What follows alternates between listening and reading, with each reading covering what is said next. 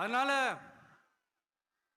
தமிழ்நாடு, புதுச்சேரி, கேரளா, கர்நாடகா, ஆந்திரா மட்டும் இல்ல, உலகத்துல எந்த மூலையில நம்ம வகைரா இருந்தாலும் அவங்க எல்லாருமே நம்மளோட உயிர் தான், அவங்க எல்லாருமே நம்மளோட உறவு தான்.